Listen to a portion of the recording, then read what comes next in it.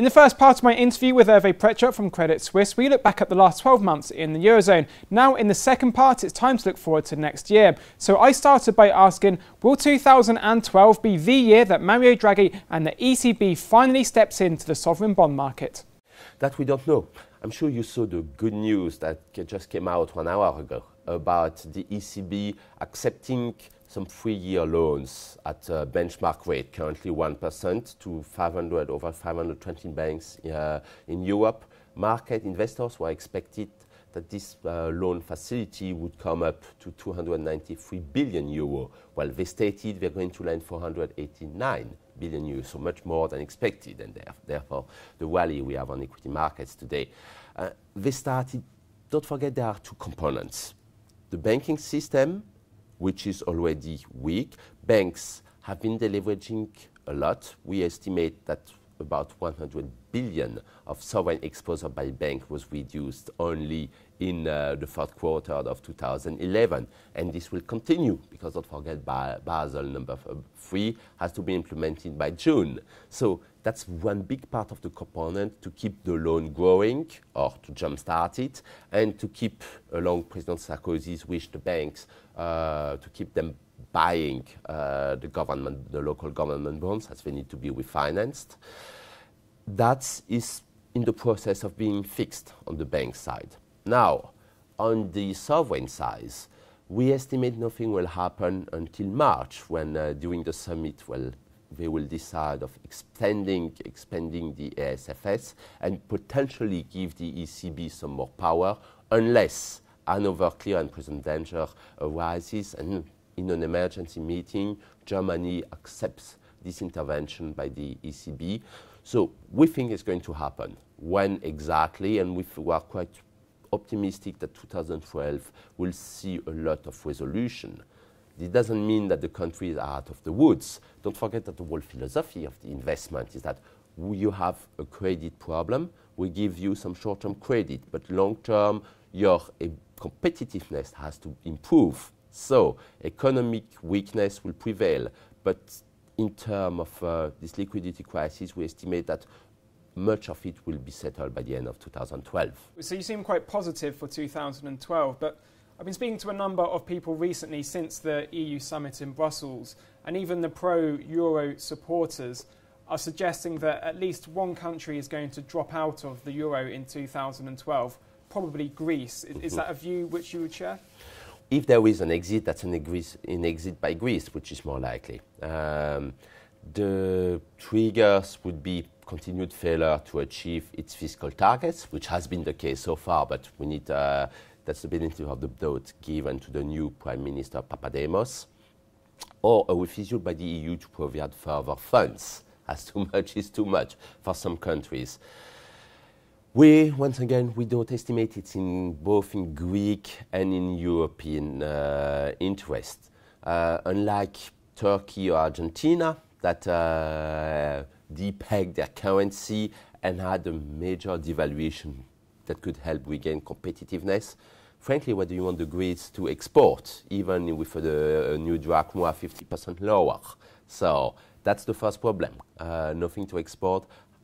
On the labor cost side, they get huge competition from Romania and Bulgaria. So company relocation within Europe a lot of it can be excluded. So it's not going to help so much their competitiveness. On the other hand, all the debt that is not under local jurisdiction, which could be, this one would be transferred into drachma, but the debt in US or UK law will stay in euro.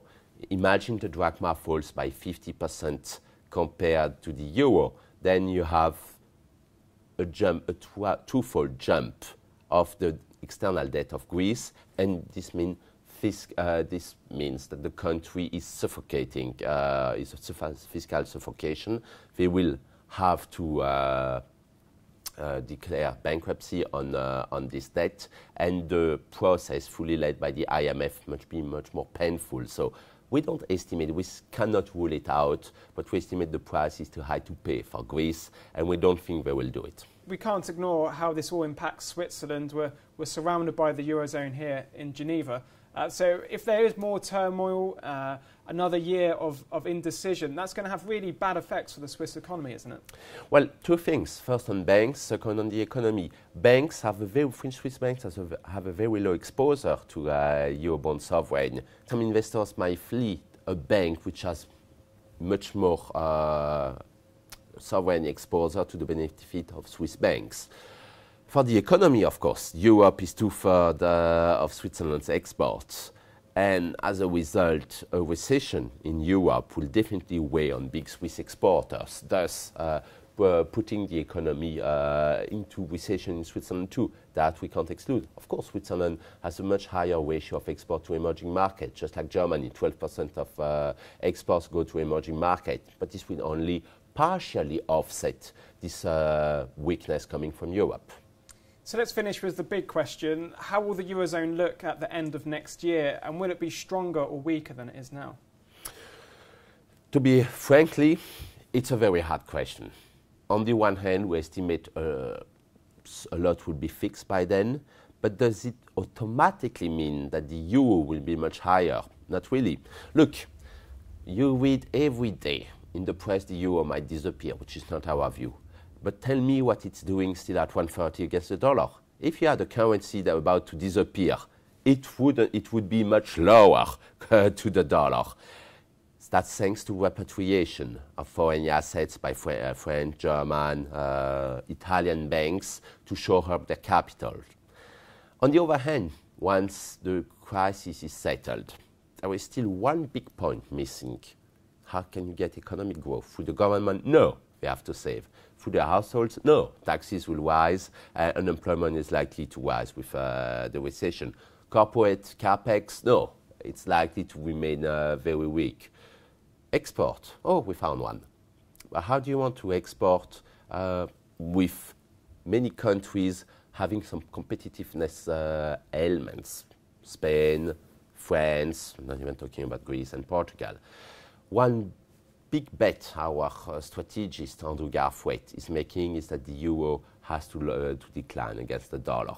It's not our view, our forex experts, which just really look at the situation of the fiscal stability of Europe. And our official forex target for the euro dollar is 128 in 12 months. But Andrew Garthwaite, our equity strategy, goes beyond and says that we need economic growth to offset the impact of those savings measures, and therefore even speaks of 1.10 euro against the dollar.